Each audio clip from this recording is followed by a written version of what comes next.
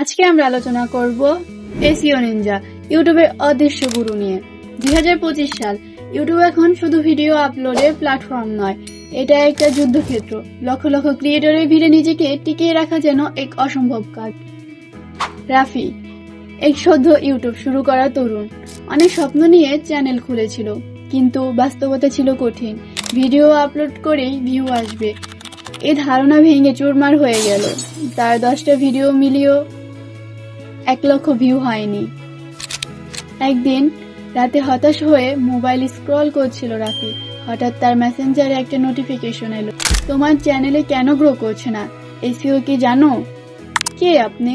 Rafi message পাঠালো, আমি SEO Ninja, ইউটিউবের অদৃশ্য গুরু।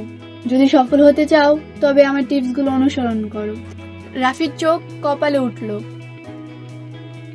এটা কোনো ট্রোল নাকি সত্যিই কেউ সাহায্য করতে চায়? এসইও নিনজা পরপর কিছু নির্দেশনা পাঠালো।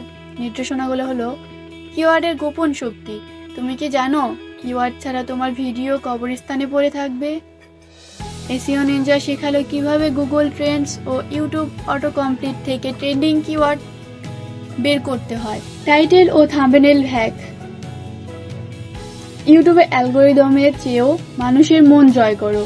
রাফি জানলো আকর্ষণীয় টাইটেল ও থাম্বনেল বানানো মানেই ক্লিকবেট নয়, বরং কৌতূহল তৈরি করা। ভিডিও দেখার সময় বাড়ানোর কৌশল। দর্শককে আটকে রাখাই তোমার আসল কাজ। এসইও নিনজা জানালো অডিয়েন্স রিটেনশন বাড়ানোর জন্য শুরুতেই একটা হুক, আকর্ষণীয় অংশ দিতে হবে আর ভিডিওতে চমক রাখতে হবে। কমেন্ট আর শেয়ারের গোপন জাদু। ইউটিউব শুধু কন্টেন্ট নয়, এনগেজমেন্টও ভালোবাসে। এসইও নিনজা শিখিয়ে দিল কিভাবে দর্শকের কমেন্টে প্রশ্ন করতে বাধ্য করা যায়, কিভাবে তাদের শেয়ার করতে হয়।